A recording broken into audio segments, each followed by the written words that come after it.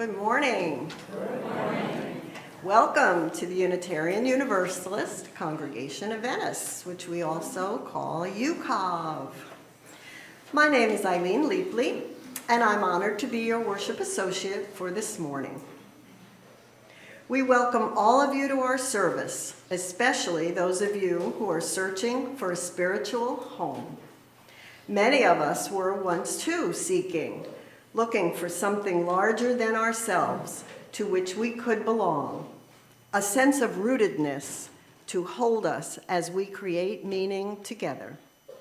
We do that well here, though not perfectly. In this congregation, we strive not for perfection, but for authenticity and connection. Whether it's your first time in worship with us or your 100th time, we hope that you'll find questions that stretch you, people to befriend you, and liberal religious values that challenge you to join us in loving boldly, living justly, and welcoming radically. If anyone's here for the first time and feels comfortable doing so, please stand up and someone will bring you a microphone so you can introduce yourself and tell us where you're from. Any newbies? No. Oh my goodness, wow. All right. Well, next week they'll be here. Oh, you got? No. Okay. Oldies. No oldies. If anyone's leaving this week for the north, could you let us know so we can say goodbye for now? This is always a bittersweet time of year. Oh, everybody's staying. Oh, wait a minute. The Herbs? Yeah. Sally and Ralph Herb, you're leaving us? Well, we'll keep in touch, and you keep in touch with us on In Touch. All right, that's good. Okay, I have a few announcements, several. This one's for the coffee lovers among us. The last day of coffee will be served next Sunday, April 14th. Then it will be cold drinks and, of course, treats, provided that our amazing bakers, and we know who you are, continue to delight us with their delectable goodies. Another announcement, Steve Leapley would like to request the honor of your presence tomorrow. That's Monday, April 8th at Asta Linder House at 9 a.m. We will be cleaning it out in preparation for Reverend Amy and Nancy's move-in. We'll need many hands to help us out. So please put it on your calendar tomorrow morning, 9 a.m. at Asta Linder. You may have noticed the dumpster out front. We're going to fill that up. Let's see what else. Oh, our UCOV Seder will be held Tuesday, April 23rd in the sanctuary. The sign-up sheet is full. I'm getting it, yes. So if you've signed up, that's it. It's filled. And please, special request to pay your $20 to Ellen Higdon, who is waving, as soon as possible, because they do have expenses that are going to be incurred before the Seder. Let's see, what else? Okay. Public service announcement. If you're watching the solar eclipse tomorrow, make sure you wear your special glasses. We want everybody's sight to be retained.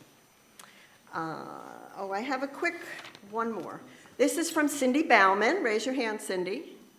There's Cindy. For everyone who has attended or wishes to attend the UCOV Death and Grief Group this year, we will have a new meeting place. It's going to be in Waters Hall, the boardroom. I think they also might call that the Zoom room. And the next one is April 10th, this Wednesday at 1:30. And then following is Wednesday the 24th, also at 1:30. Any questions? See Cindy. All right, I think our announcements are over. So, we have one more, Nancy. Yes, my fellowship group will not be meeting this Thursday. I think most of you know, but it would be terrible if you showed up and I wasn't there. Did everybody hear that? Okay, good. All right, we're going to light our chalice.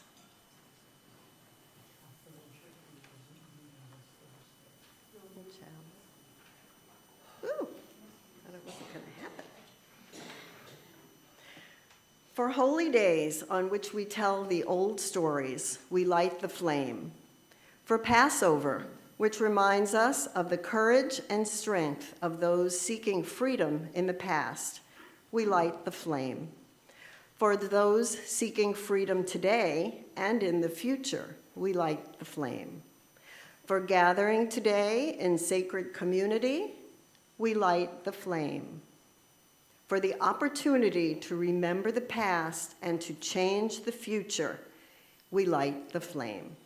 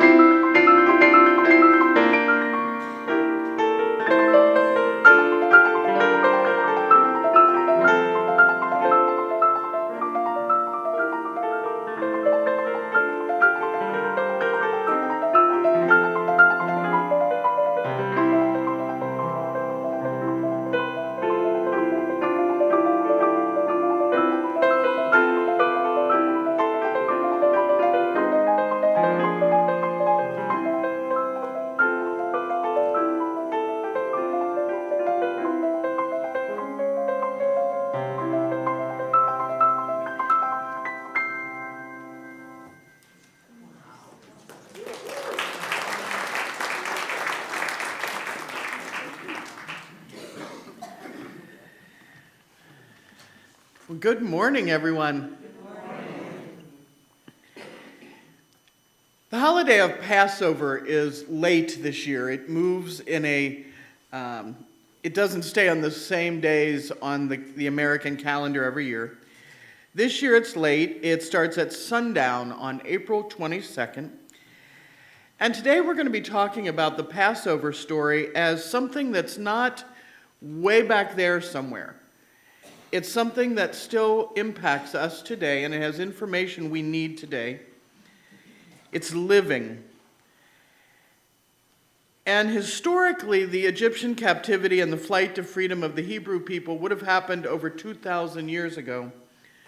But the story is mirrored today in the lives of enslaved people being held in our modern prison industrial complex. If we as UUs are truly justice seekers, and we believe in equity and democracy and solidarity, then maybe today we can explore what it means to be part of a web of life when part of that web is being held in bondage. So welcome here today where you can be supported and challenged as you work to live your values. Come and let us worship here together. Our first hymn this morning is number 348.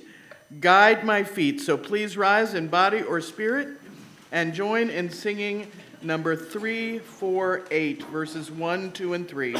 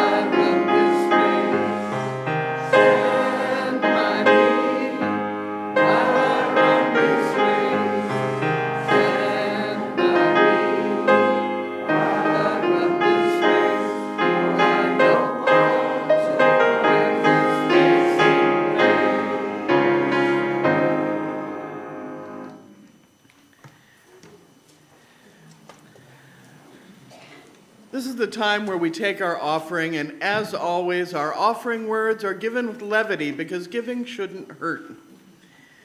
A UU minister was walking along a Florida beach deep in thought when all of a sudden he came across a genie in a bottle.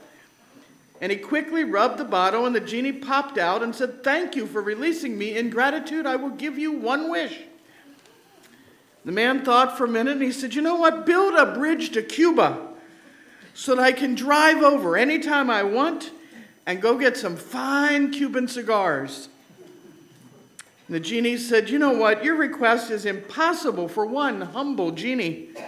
Think of the logistics of that kind of undertaking, the support required to reach the bottom, the concrete and steel I would have to create. And smoking is terrible for your health anyway. I can't do it. Take a little more time and think of another wish." The minister thought for a long time and said, "Well, I am a UU minister. I guess I could wish for an amazingly generous church where there was $5,000 in the plate every week." And the genie thought for a minute and said, "So how many lanes did you want on that bridge?"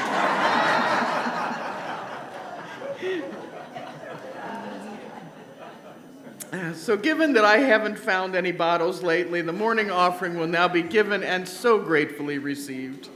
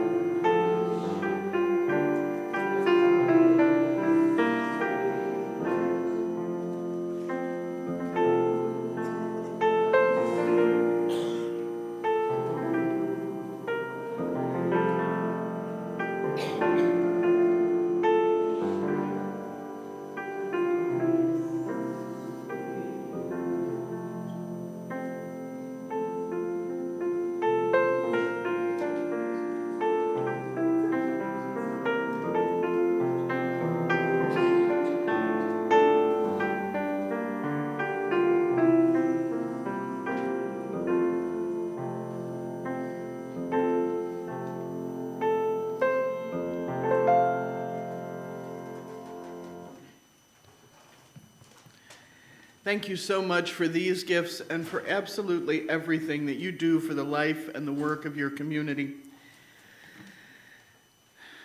Because the church is not about the building, it's about the people. And it's as a community of human hands and human hearts that we come together here.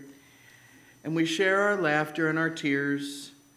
And we bear witness and we minister to one another as we struggle with life's sorrows and we celebrate life's joys. We're entering into a time of sharing our joys and concerns. You can raise a hand, and Eileen's going to bring you the microphone. Please share only with permission. As always, before or during the service, at any point but this, you can come up and light a candle on the candle table yourself. During joys and concerns, we do light for you. So if you have one, please raise your hand.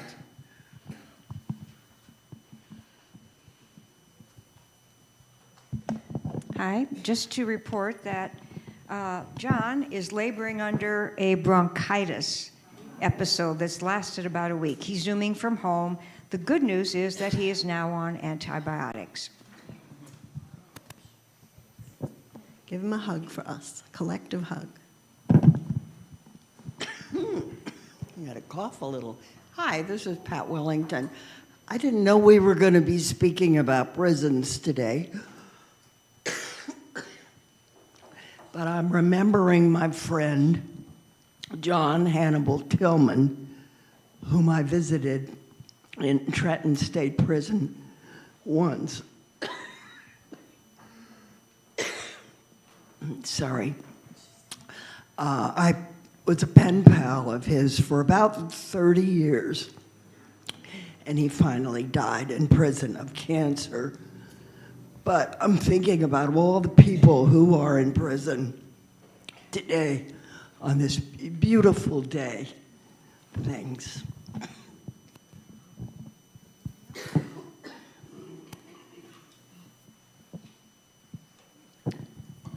I'm Linda. I'm real excited to hear this sermon because both my son and my grandson are incarcerated. So it ought to be interesting.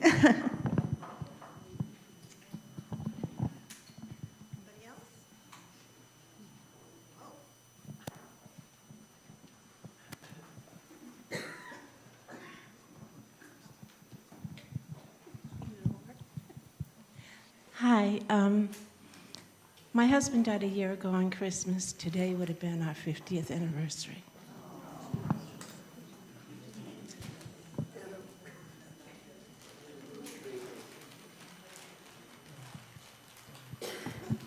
Hi, I'm Tom Reeves. 6 years ago today, in this very place, Pat said yes, and I do.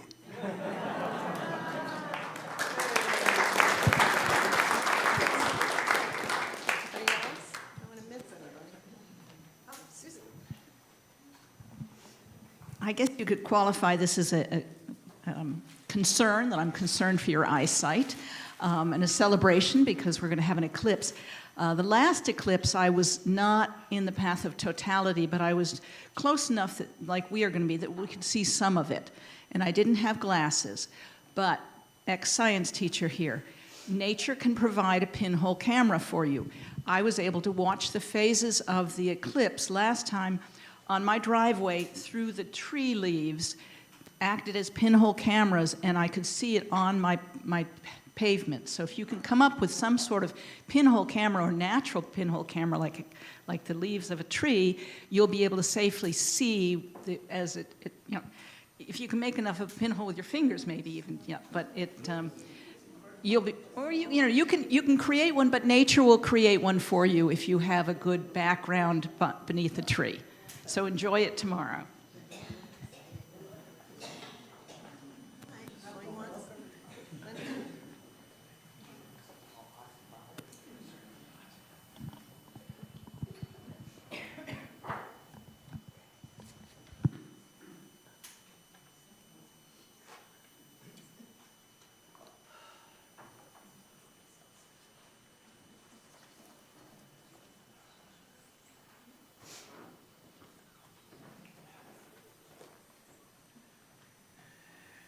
I lit a candle for a joy. My dad's home from the hospital again. Keep your fingers crossed. May the love of this community hold all who need love and concern, and may the light of our community shine on the broken places of the world. May we never look away when we're needed. May those who are grieving be comforted, and those who are tired find rest. May the broken places be healed, and may those who are filled with joy and laughter be abundant.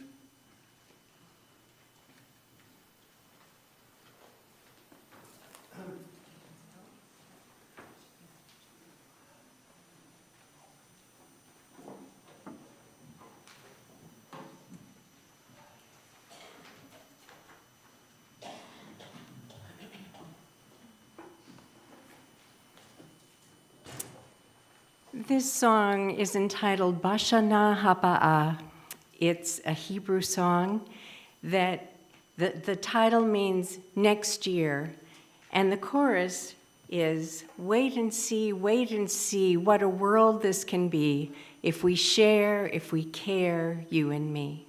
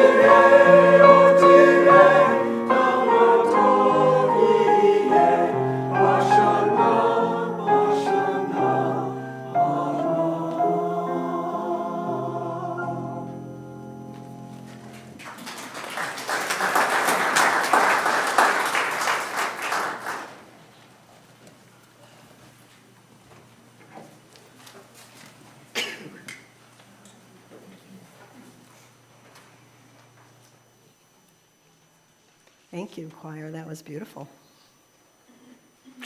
Our first reading is The Reinvention of Slavery as the Prison Industrial Complex by Eddie Trujillo for Odyssey. Here's a startling fact. The United States imprisons more people than any country on this planet. Specifically, the U.S. has incarcerated about 2.2 million people since 2013.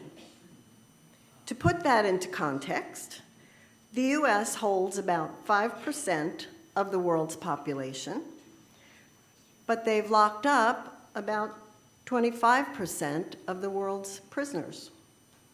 That's insane. I knew this, but what I recently found out startled me even more. Although the 13th Amendment was intended to abolish slavery, the exact wording of the amendment has left room for slavery to flourish under a different structure.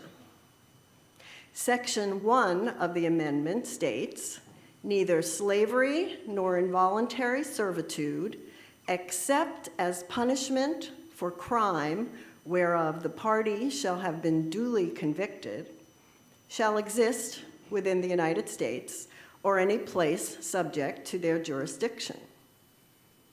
What this means is that prisoners have no constitutional rights in this arena, and work can be forced upon them as a punishment for their crimes. In theory, this seems justifiable. Why should inmates sit on their butts all day when they could pay their restitution to society through good work? Here's why an eye for an eye justification misses the point. The prison industrial complex disproportionately imprisons blacks and Hispanics over their white counterparts. This perpetuates the stereotype that people of color are crime-prone and a danger to society, when in fact, it's believed that more than half of the 623 inmates in municipal or county jails are innocent of the crimes they're accused of. Of these, the majority are pending trial, and 2/3 of the 1 million state prisoners have committed nonviolent offenses. One report estimates that more than half of the prisoners currently in U.S., state, federal, and private jails suffer from some kind of mental illness. Instead of creating a rehabilitative environment that treats these individuals with the care they need, America responds with a tough penal system that locks them away and exploits them for their labor. Modern labor standards do not apply to inmates because judges have ruled on the specific definition of what it means to be an employee. If you're classified as an employee, that's great. You benefit from all the labor protections we currently have in place by the Fair Labor Standards Act and National Labor Relations Act, to name a few. However, courts have judged the relationship between prisons and incarcerated workers to be of a primarily social or penological nature, and because inmates are working due to their imprisonment rather than for economic purposes, they are not protected by our current labor laws. Legally speaking, inmates aren't entitled to a single penny from their labor. Lawyers sure have a way with words, huh? Please join me in 1 minute of silent meditation, thought, or prayer.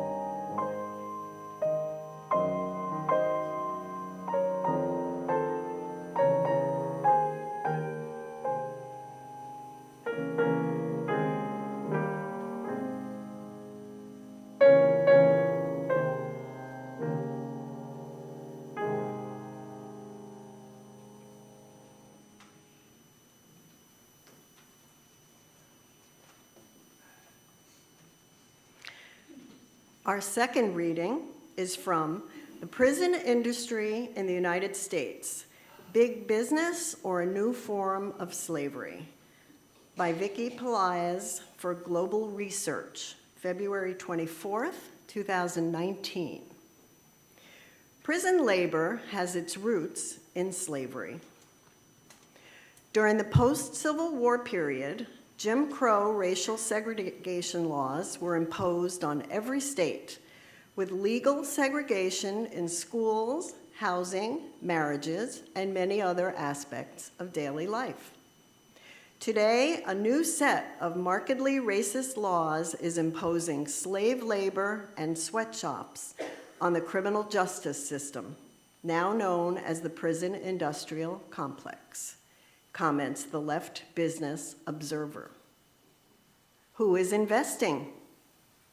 At least 37 states have legalized the contracting of prison labor by private corporations that mount their operations inside state prisons. The list of such companies contains the cream of U.S. corporate society. All of these businesses are excited about the economic boom generated by prison labor. Just between 1980 and 1994, profits went up from $392 million to $1.31 billion. Inmates in state penitentiaries generally receive the minimum wage for their work, but not all. In Colorado, they get about $2 per hour, well under the minimum. And in privately run prisons, they receive as little as 17 cents per hour for a maximum of 6 hours a day, the equivalent of $20 per month. The highest paying private prison is CCA in Tennessee, where prisoners receive 50 cents an hour for what they call highly skilled positions. At those rates, it is no surprise that inmates find the pay in federal prisons to be very generous. There, they can earn $1.25 an hour and work 8 hours a day, and sometimes overtime. They can send home $200 to $300 per month. Thanks to prison labor, the United States is once again an attractive location for investment in work that was designed for third world labor markets.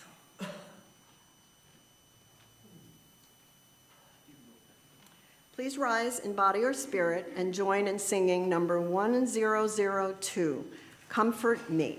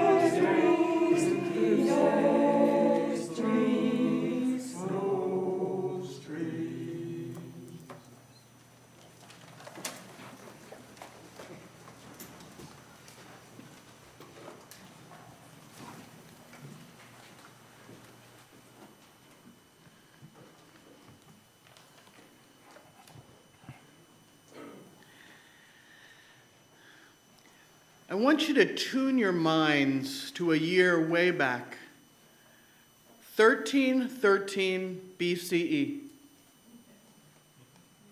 Long, long time ago. It was a bad year for the people of Egypt. Their Israeli slaves were tired. They were openly angry after decades, generations of involuntary captivity. Now, the Egyptians considered themselves to be much more sophisticated than the Israelites, much more cosmopolitan, if you were thinking about it that way. They said, our gods are normal gods. Think about all the Egyptian gods and goddesses you learned about in school. Their gods were normal. They were relatable. They wore jewelry and they had feasts and they had wild times with women and men and alcohol. They were relatable gods. But this Israeli God, this Yahweh, well, he didn't live with the rest of the gods. No, he was a weirdo in their opinion. He lived way off on some mountain somewhere. And he threw thunder, he threw devouring fire, he blew stuff up. They didn't understand this God. But the word around Egypt was that the Hebrew God was mad. And according to the Hebrew Bible, their God sent a series of plagues to Egypt, killing all of the firstborn Egyptian male children and passing over the slave children. Now, for those of you who are of a more scientific bent, I might suggest to you that that year in Egypt, they had a red algae bloom. Fish died. Locusts showed up. Frogs came to eat the dead fish, eat the locust. And who got the best food? Well, the firstborn of an Egyptian household. So who got to eat the tainted food? From the dead fish, from the dead locust, from the grain that got ruined. Who got to eat the most of it? Well, those firstborn male children. And who died? Well, they did. So we're talking about this historically today. But that was enough for the Israelites because they believed their God had done this, and they said, we've had enough. We're tired of slavery. We trust our leaders, Moses and Aaron. We have faith in our God, and so they left. They fled. And Passover is the 8-day festival celebrating that flight to freedom. Passover is like an onion. There are layers within layers of story, layers of meaning. The one at the smallest level being a personal story, and the biggest level is the story of all of us as human beings. Now, Passover is a Jewish holiday, but that's kind of the middle layer. The whole is something much bigger. Why is this night different from all other nights? What makes it so special? That's a question that children ask on Passover. Why do we retell the story of Moses and the Hebrew people? And why do some people tell it as if they were there? As if it happened to them and their best friends, like they drove out of Egypt last week in a Honda Accord with an iPhone in one hand. Why keep telling this story from 1313 BCE? Passover has been celebrated by all kinds of people. Groups that fight against oppression and injustice during the civil rights movement. Jewish and black and white and Native American people had seders together. A seder can be meaningful for anyone who has been oppressed or persecuted or who works to destroy inequality. There's a multi-faith Haggadah, which I have used a Passover ritual book.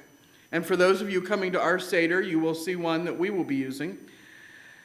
And it says this: oppression doesn't always mean slavery or punishment. Sometimes it means discrimination against someone because of a person's race or religion or age, whether they rent or own a home, the people they choose to live with and love. The land, air, and water can become polluted. That's a kind of environmental persecution. Sometimes oppression means other people don't seem to care about problems that hurt people, like AIDS or child abuse. We can say these problems are our pharaohs. Sometimes pharaohs are outside of us, sometimes they're inside of us.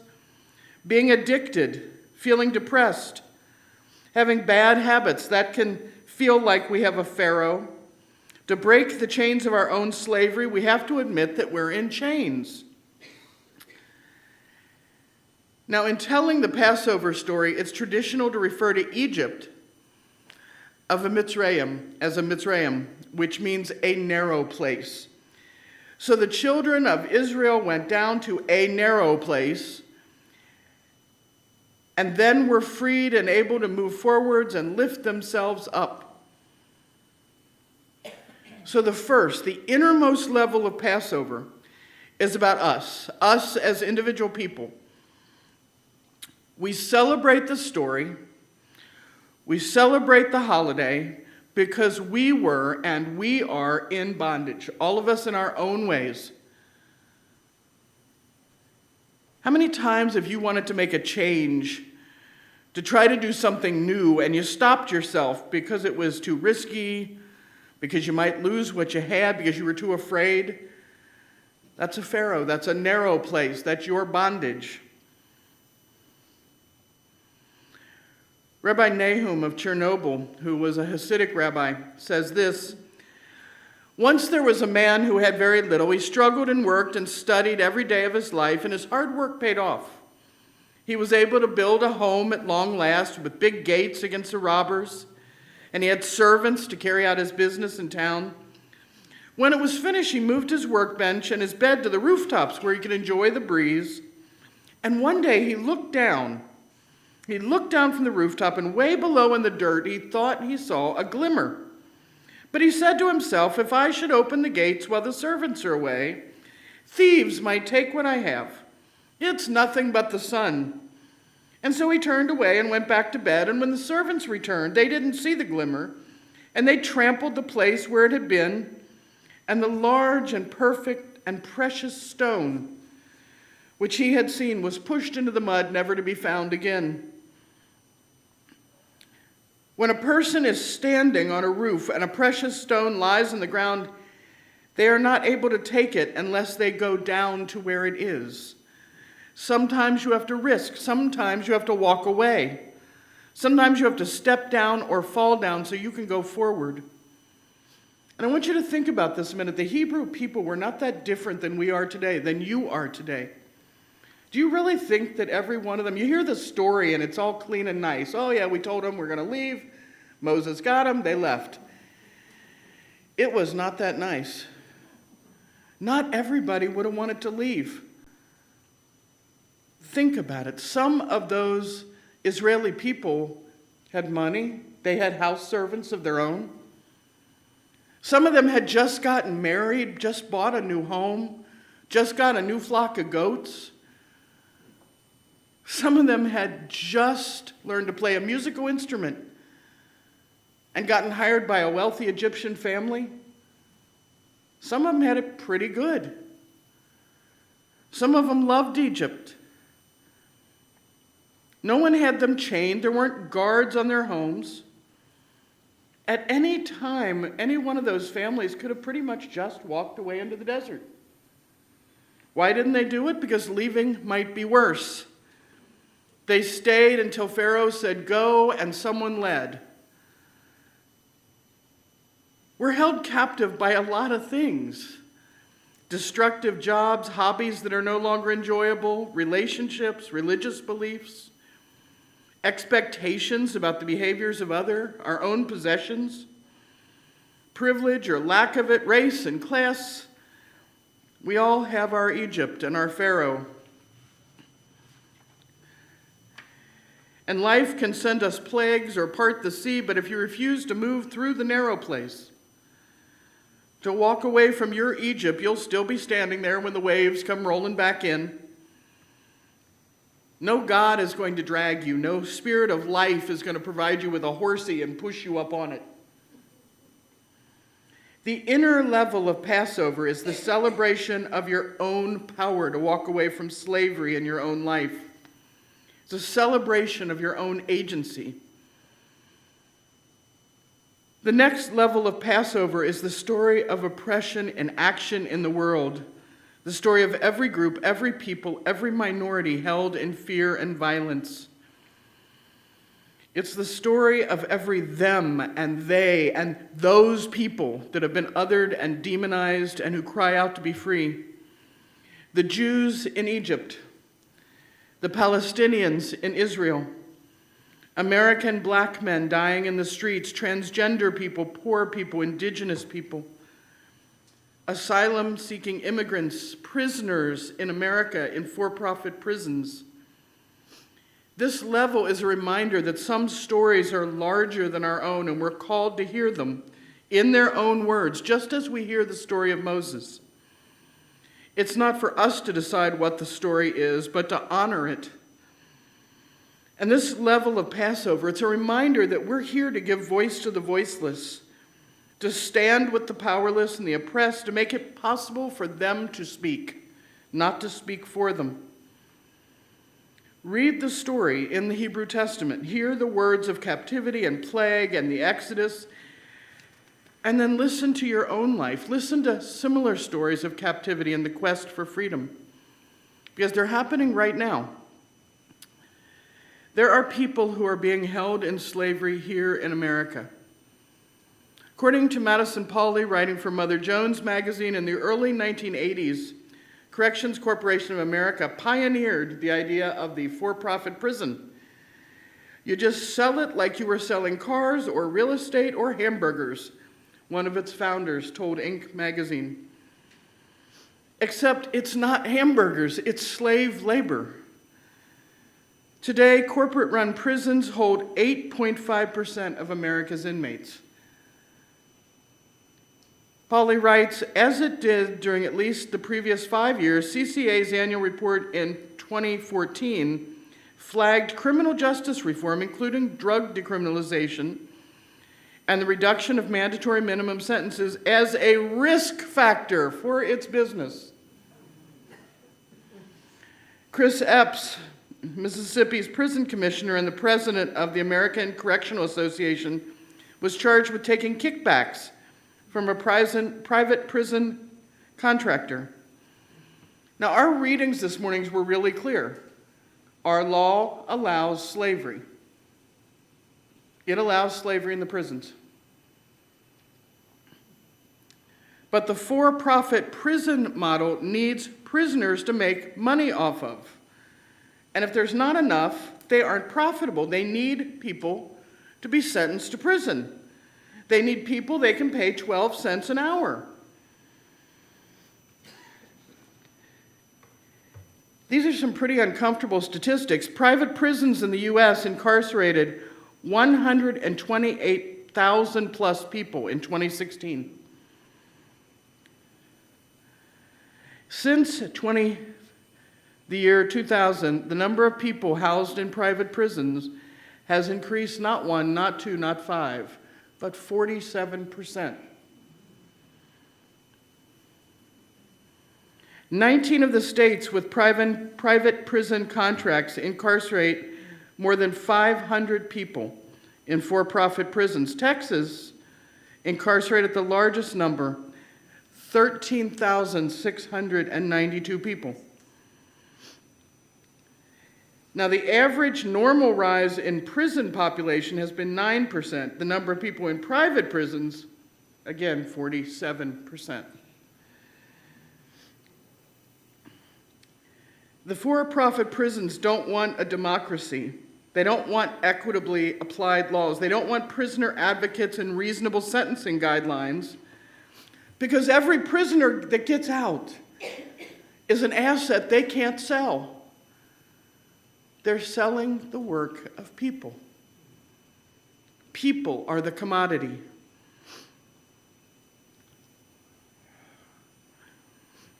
Every person on the street, including you, your children, your grandchildren, is a potential item to be sold by one of these prisons. So I want you to go back and think about that exodus, that flight from chains.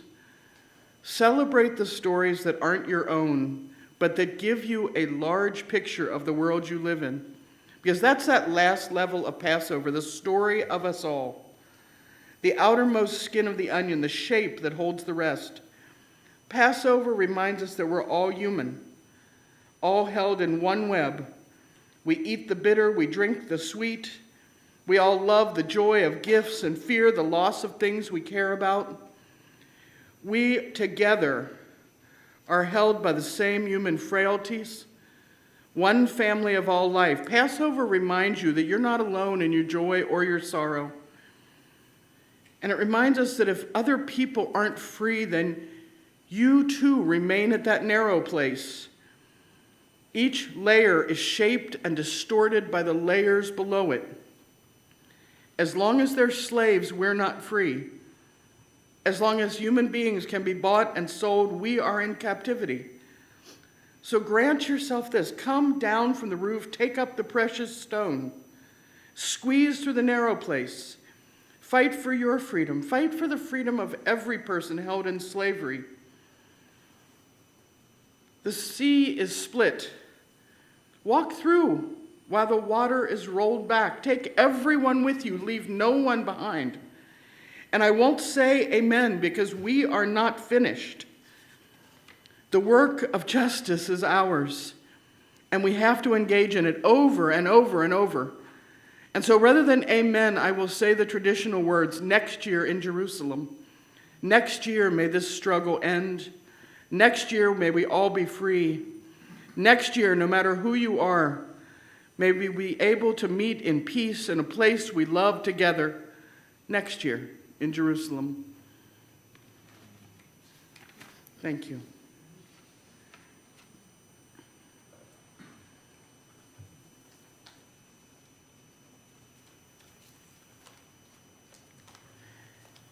Carry the flame from this place into the hidden places of the world and make a great light. Our last hymn today is number 1024, When the Spirit Says Do. Please rise in body or spirit. We're going to do 1 through 4, verses 1 through 4, number 1024, When the Spirit Says Do.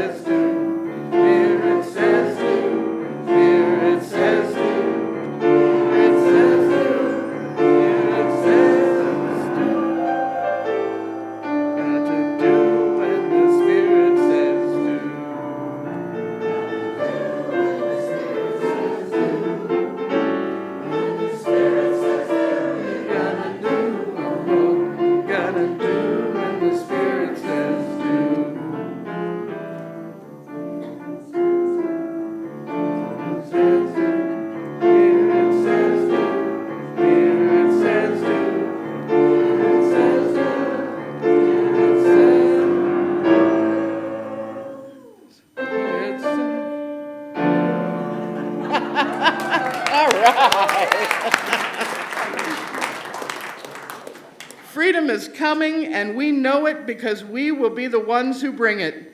Peace, ashe, and may it be so.